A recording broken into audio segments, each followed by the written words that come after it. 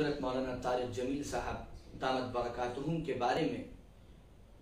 सहारनपुर के नौजवान आलिम दीन ने उनसे कुछ गुजारिशात की। उन्होंने वीडियो की शक्ल में वो गुजारिशात पेश की और उनको गुमान भी नहीं होगा, उनकी वीडियो बहुत वायरल हुई और बहुत आम हुई, हो सकता है मौलाना तक भी पहुंच गई हो। आगरा और फिरोजाबाद के हमारे बाद साथियों ने, इल्हाम भाई ने, मोइन भाई ने हमसे ये इस बात की ख्वाहिश जाहिर की, बल्कि कल ही वो कह रहे थे कि आपने उस पर कुछ तबसरा नहीं किया, कुछ कहा नहीं, कुछ लिखा नहीं। मैंने कहा इंशाअल्लाह देखता हूँ, कल दौरान दर्स अगर जहन में बात आई तो कुछ अर्ज कर दूंगा। हजरत मौलाना तारिक जमील साहब दामत बरकातुहुम जो जिस लेवल की शख्सियत है, तो उनका मामला यह है कि उनकी हर बात को लोग बहुत ज्यादा अहमियत देते हैं और तवज्जो देते हैं। लेकिन कल जब मैंने वो वीडियो देखी तो मैं हैरान रह गया और जिस बात को बुनियाद बताकर हमारे उन फाजिल नौजवान भाई ने मौलाना पर एतराज किया है, उस बात का उस अमल से कोई जोड़ ही नजर नहीं आया। उन्होंने मौलाना पर एतराज किया कि मौलाना ने बयान में वाक़या सुनाया कि अल्लाह के रसूल सल्लल्लाहु अलैहि वसल्लम के सामने से एक यहूदी का जनाजा गुजरा और आप खड़े हो गए। अब मौलाना ने ये वाक़या सुनाया, अब उस पर उन्होंने ये नतीजा निकाला कि हमारे यहाँ जो बहुत से मुसलमान गैर मुस्लिमों के शायर का हिस्सा बन रहे हैं, वो मौलाना के उस बयान को दलील बना रहे हैं। पहली बात तो ये बिल्कुल अजीब व गरीब बात है। हदीसों में उनका ये कहना था कि मौलाना को इसके साथ बहुत सारी वजाहतें करनी चाहिए थी, मसाइल बयान करने चाहिए थे। आप पहली बात तो ये देखें, आप हदीस की किताब उठाएं, सीरत की किताब उठाएं, जहां पर यह वाकया नकल किया गया या जहां पर यह हदीस आई, वहां पर भी रावी ने महज उस रिवायत को नकल किया, उस मसले को बयान किया, उस सीरत में उस वाकये को नकल किया और आगे बढ़ गया। कौन उससे क्या नतीजे किस तरह निकाल रहा है, ये तो बड़ी अजीब व गरीब बात है। और दूसरी अहम बात यह है कि हजरत मौलाना तारिक जमील साहब, जिन पर उन फाजिल नौजवान को सबसे ज्यादा गुस्सा इस बात का है कि वो हर वक्त मोहब्बत मोहब्बत मोहब्बत मोहब्बत की बात क्यों करते रहते हैं, वो वाली आयतें क्यों नहीं पढ़ते। उन्होंने बहुत सारी आयतें पढ़ के सुनाई। तो मेरी गुजारिश है कि आप ये देखें कि हजरत मौलाना तारिक जमील साहब दामत बरकातुहुम किस मुल्क में है, वहां वो किसके दरमियान काम कर रहे हैं। मौलाना की जिंदगी जिस तरह गुजरी है, मौलाना ने वहां पर मुसलमानों को आपस में एक दूसरे का खून बहाते देखा है, फिरकों की बुनियाद पर, मसलकों की बुनियाद पर एक दूसरे को कत्ल करते देखा है, एक दूसरे के कत्ल के फतवे लगाते देखा है, एक दूसरे के खून की होलियां खेलते देखा है। मौलाना ने अपने वहां मसलक का और फिरकों का ऐसा तासुब देखा है कि जिसकी नजीर दुनिया में मिलनी मुश्किल।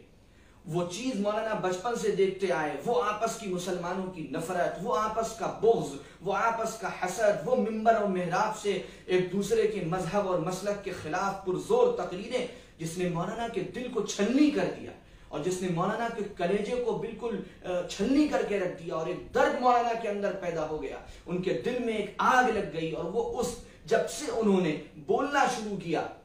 उन्होंने अपना मिशन ये बनाया कि अल्लाह ने तो इस उम्मत को एक उम्मत बनाया था, ये किसने उम्मत को बांट दिया और ऐसा बांटा कि एक दूसरे के खून के प्यासे हो गए, एक दूसरे की जानें लेने लगे, एक दूसरे के खिलाफ इन्होंने हथियार उठा लिए, एक दूसरे को मारना काटना शुरू कर दिया। मौलाना ने उस आग में, उस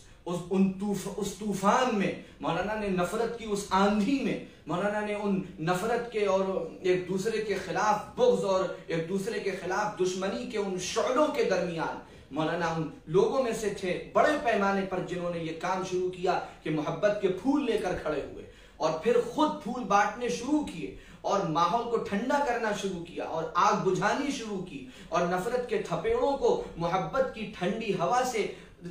दूर करना शुरू किया। और अल्लाह ने फिर उनको कामयाबी अता फरमाई और ऐसी कामयाबी अता फरमाई कि न सिर्फ ये कि मौलाना ने अपनी जात से बड़े हद तक माहौल को ठंडा किया, बल्कि मौलाना ने बड़े बड़े फिरकों को करीब कर दिया, बड़े बड़े मसलकों को करीब कर दिया। उम्मत वाहिदा की एक चमक मुसलमानों में वहां नजर आने लगी। तो मौलाना की पूरी जिंदगी इसी मिशन में गुजरी है। उन्होंने काम वहां किया है, वहां पर गैर मुस्लिम बहुत थोड़ी सी तादाद में, वहां पर जो खूरेजी है, वहां जो झगड़े हैं, वहां जो इख्तिलाफात हैं, वहां जो कत्ल गालिबगिरी है, वो आपस में अपने भाइयों के दरमियान, मौलाना ने उस आग को बुझाना शुरू किया। लेकिन फिर अल्लाह का ये करम था कि मौलाना ने आवाज लगानी शुरू की अपने मुल्क में, लेकिन अल्लाह ने उनकी आवाज को वो तासीर दी, वो कबूलियत दी, वो महबूबियत दी, वो मकबूलियत दी, वो प्यार दिया कि अल्लाह ने दुनिया के कोने कोने में उनकी आवाज पहुंचाई। दुनिया के कोने कोने में उनके ऐसे दीवाने, ऐसे शहदाई, ऐसे मोहब्बत करने वाले खड़े कर दिए जिसकी इस दौर में नजीर बर्रे सगीर में तो कम से कम नामुश्किल, कम से कम मुश्किल। तो ये मरजइयत, ये महबूबियत, ये मकबूलियत अल्लाह ने अता फरमाई। तो पहली बात तो उनके बयान को उनके वहां के पस मंजर में समझने की जरूरत है, उनके वहां के पस मंजर में देखने की जरूरत है। और यहां पर ये जो कुछ हो रहा है इसका कोई ताल्लुक उस वाक़े से कोई जोड़ ही नहीं। और अगर आपको ये लगता है कि यहाँ के मुसलमान इतनी छोटी छोटी बातों से इतने बड़े बड़े इस्तेमाल करते हैं, तो जबानें उनके खिलाफ खोलिए, एतराज उन पर कीजिए जिन्होंने पिछले 40, 50, 60, 70 सालों से शिर्क और आमाल शिर्क और शायर शिर्क और कुफ्र की नफरत दिलों से निकाली है। मैं किसी का नाम लेना नहीं चाहता, सब समझदार लोग हैं किस तरह शिरकिया प्रोग्रामों में और शिर्क के त्योहारों के मौकों पर खूबसूरत खूबसूरत दावतों में कौन शरीक होता है, कौन शामिल होता है, किसने अपने स्टेजों को दूसरों के हवाले किया, किसने बहुत ही पुरफरेब नारों के साथ उम्मत के अंदर से तौहीद की रमक को और तौहीद की मोहब्बत को और तौहीद की अजमत को और तौहीद के एहतराम को निकाला। यहाँ पर जो कुछ होता रहा और सालों से होता रहा, यहाँ के उलमा मुतवज्जे करते रहे, यहाँ के लोगों से कहते रहे, उस पर आपको इतराज नहीं हुआ जिसने हकीकत में इस फासले को कम किया है। इस्लाम की सीधी सादी तालीम थी कि बात जब इंसानियत की होगी, बात जब खिदमत की होगी, तो मुसलमान किसी का धर्म और मजहब नहीं देखते। मुसलमान सबसे मोहब्बत करते हैं, सबकी खिदमत करते हैं, सबके काम आते हैं, सबके लिए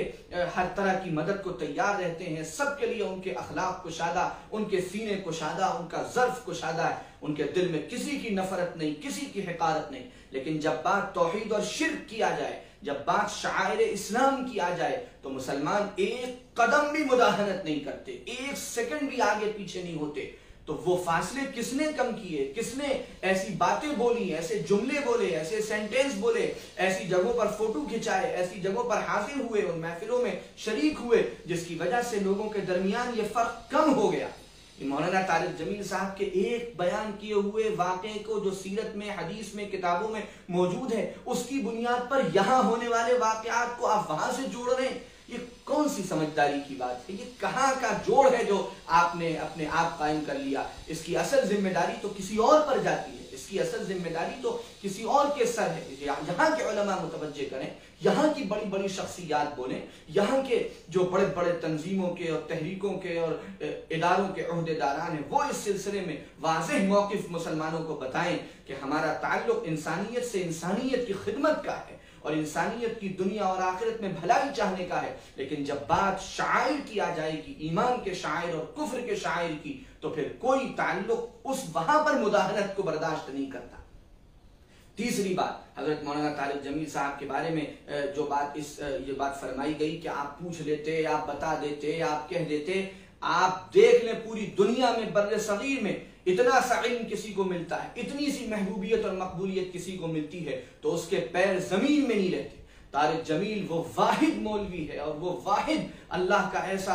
ऐसा पसंदीदा बंदा है जो इतनी दुनिया भर में शोहरत और मकबूलियत पाने के बावजूद किसने उसको किस तरह मुखातब किया, लेकिन उस अल्लाह के बंदे ने कभी किसी का जवाब नहीं दिया। और जब उलमा ने उनको किसी मसले पर टोका, उन्होंने फौरन रुजू किया, उन्होंने फौरन गलती को माना। उन्होंने अपनी तकरीरों में हजरत मुफ्ती मोहम्मद तकी उस्मानी साहब दामत बरकातुहू को अपना उस्ताद कहा। हजरत मुफ्ती ज़रवली खान रहमहुल्लाह ने उनके बारे में सख्त गुफ्तगू की, वो उनके मदरसे पहुंच गए। एक आलिम साहब जो हैं वो उनको स्टेज से गालियां देते हैं, लेकिन मौलाना ने किसी के बारे में बुरा लफ्ज नहीं बोला। मौलाना को जब भी मुतवज्जे किया गया, मौलाना ने पूरी सराहत के साथ अपनी गलती को कबूल किया है। वो इंसान है, इंसान से आगे पीछे हो सकता है, इंसान से गलती हो सकती है, लेकिन इतने बड़े मुकाम तक पहुंचने के बाद कोई इंसान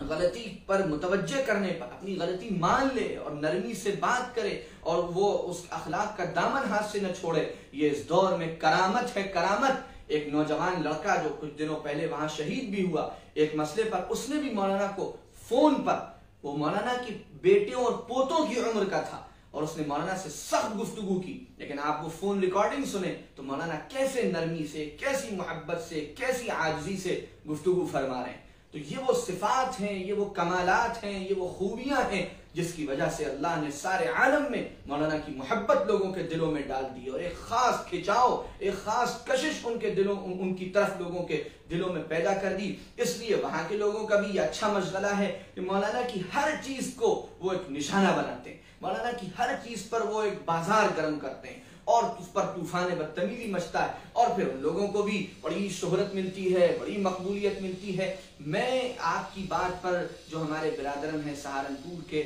आपकी खुदा नाखास्ता नियत पर हरगिज शक नहीं कर रहा हूँ। आप मज़ाहिर उलूम से फारिग हैं, मज़ाहिर उलूम मेरे वालिद, मेरे चचाओं की का महबूब इदारा रहा है, सब वहीं से फारिग हैं। मज़ाहिर उलूम से मोहब्बत तो हमारे रग रग में पेवस्त है, लेकिन आपने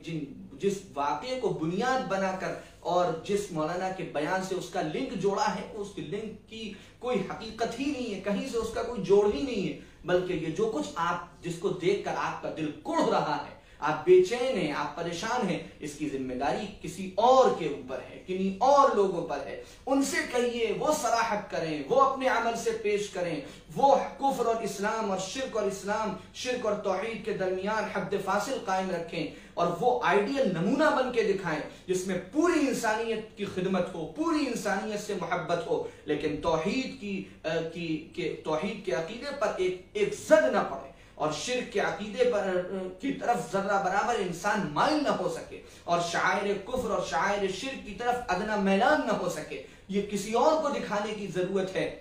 जहां हम रहते हैं उस बड़ी तादाद के साथ, जहां आए दिन ऐसे वाक़यात पेश आते हैं, इन हालात का सामना करना पड़ता है, इसकी जिम्मेदारी मौलाना तारिक जमील साहब की नहीं है, इसकी जिम्मेदारी और लोगों की है, यहाँ के हजरात की है। उम्मीद है कि मेरी ये गुजारिशात आप तक पहुंचेंगी और आप अपनी बात पर नजर सानी फरमाएंगे और गौर फरमाएंगे और इस तरह की बात करके जिससे कोई हासिल नहीं और बिला वजह मौलाना का एक इशू बनाकर और वो फैला और लोगों ने भी बहुत दिलचस्पी के साथ उसको फैलाया और बात को जोड़ने की भी कोशिश नहीं की कि भाई उस वाक़े का यहाँ के इन हालात से क्या जोड़ है, क्या मुताबिकत है। बस आपके कोई इनफरादी वाक़या आपके साथ पेश आया होगा, किसी एक दो आदमी ने कहा होगा और आपने उसकी बुनियाद पर एक पूरी इमारत कायम कर ली कि सारा बिगाड़ मौलाना की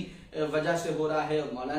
आपको मौलाना की मोहब्बत पर इतना इतराज हुआ। आप पढ़ लें मशाइख के हालात, ख्वाजा मोइनुद्दीन चिश्ती के और ख्वाजा निज़ामुद्दीन औलिया के और बड़े बड़े मशाइख जो बुजुर्गान दीन और पीरान तरीक़त गुजरे हैं, रहिमहुल्लाह।